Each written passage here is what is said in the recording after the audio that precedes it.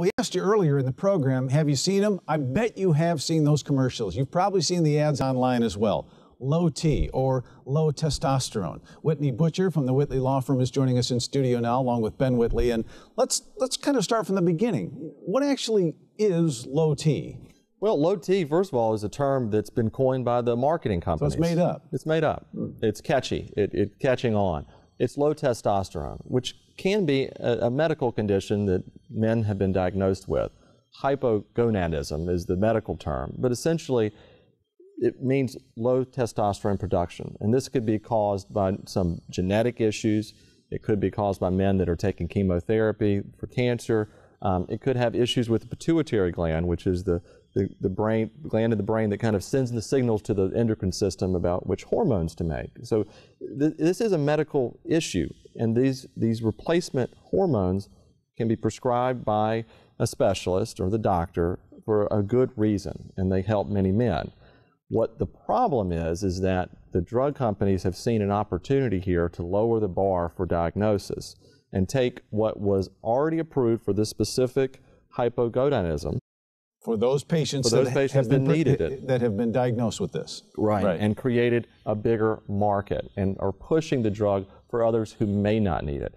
And that's the problem. Because when the FDA approved the hormone replacement, the testosterone replacement, they approved it for this very small group of people that had that medical condition. Okay. And so I think that's what's important, because that's where the story is, and that's why we are here today talking about it, what the companies did. Well, you know, when you talk about the marketing, I mean, you can't go more than an hour or two watching television. You see the ads. They're online everywhere. You can visit a website, and over there on the right, you know, you'll see a little guide. Do you have low T? And we've seen even celebrities and former football stars are promoting this stuff now. Absolutely. Right? And the two companies, you'll hear androgel is a very popular form of this. Axiron is also a very popular form. This can be a patch. Sometimes it's a gel. Sometimes it's actually, they put it inside your mouth and it seeps through the skin. And that's how it's usually administered. But we're seeing a huge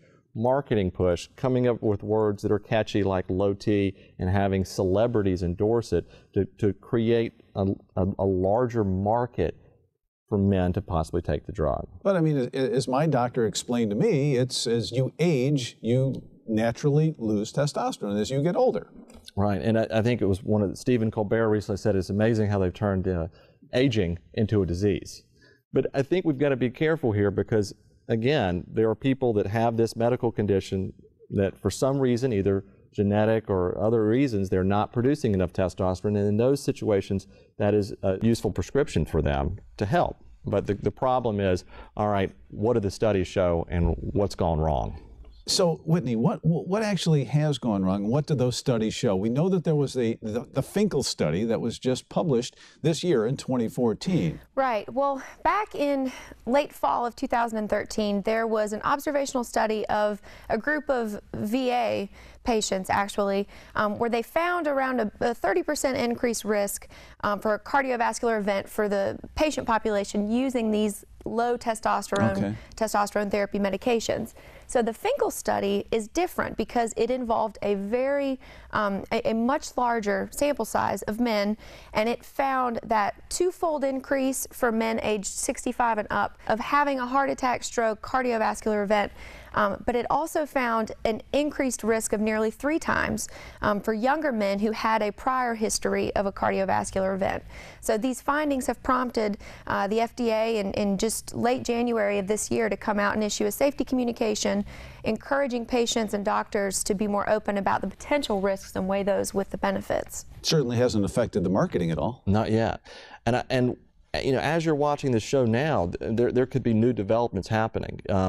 On February the 7th, 2014, the Endocrine Society, which is a society of endocrine doctors, and those are the docs that are kind of in charge of the hormone system and the pituitary gland. They specialize in that area. They specialize that. They have issued kind of a communication to their membership. We need to look at this. These studies, the Finkel study, the study that was done in November 2013 with the VA vets. there are some alarming data coming out, and we need to talk with our patients about these possible risks. And what I predict, I mean, of course, I don't know if this is going to happen or not, but I think that we're probably going to see some more action by the FDA. Right now, January 31st, 2014, the FDA issued a safety warning, and that is essentially a communication to the public and the doctors acknowledging these two studies showing the increased risk of the cardiovascular event. So this is something that we need to be paying attention to, and we need to have the conversations with our doctors about. And so men, as we know that some of the statistics have shown us, that 3% of all men over the age of 40 currently taking a prescription testosterone product. As we mentioned earlier, 3%, that's a huge number in this country. Absolutely. It's kind of scary. Absolutely. Well, the marketing of these products has increased their, their use and how often they've been prescribed by nearly 5 times over the last decade.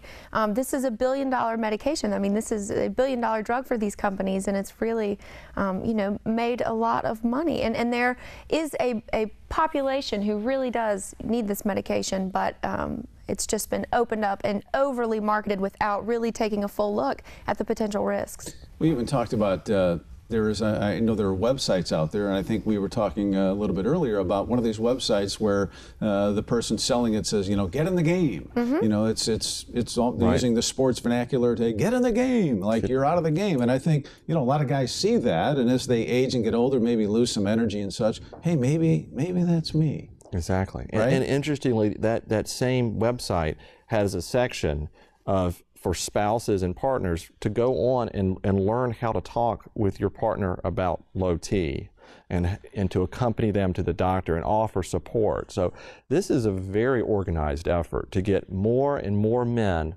on this testosterone replacement therapy. And they're doing that, and we've got the studies out there now that are showing that this is an increased risk for a heart attack or stroke. So, something's not adding up, and we need to find out more.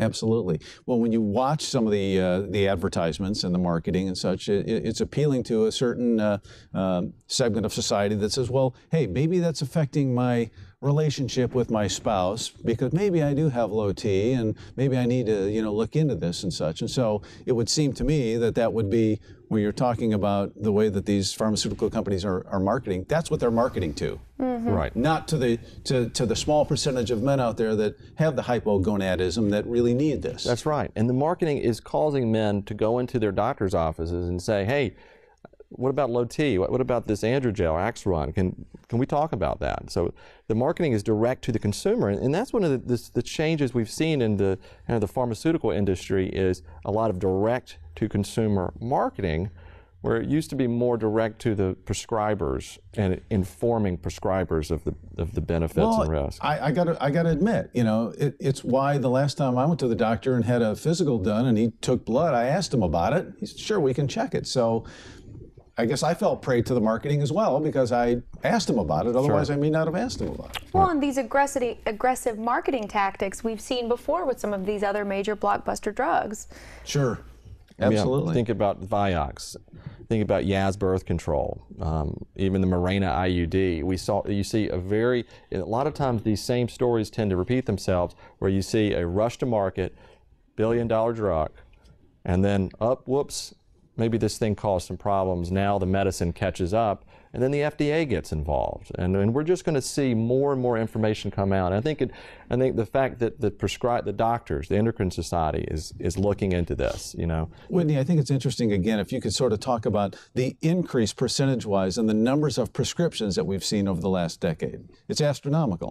I believe last year it was something a little more than 5 million prescriptions were written for these testosterone therapy medications. They've increased in prescription amount, 5 times from 2000 to 2011.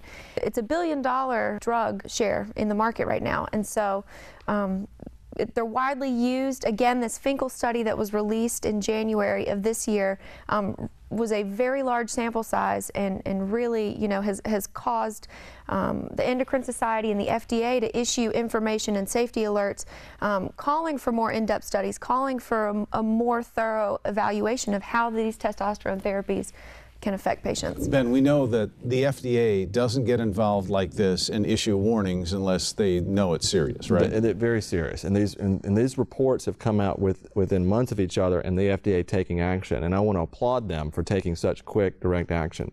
One of the things that what it can do is it essentially can change the viscosity of your blood. Okay? And when your blood viscosity changes, then it may not be getting to the heart correctly. It may pool in areas causing clots, which could then lead to strokes. That's the problem. And with men that are more predisposed to those types of cardiac issues, when they're put on the drug without the right kind of testing or the right kind of conversations with their doctors, they've just increased their risk of that happening, potentially pushing them over the edge, leading to these cardiovascular events such as heart attacks or strokes. And that's what happened in how people are getting hurt by some of these medications.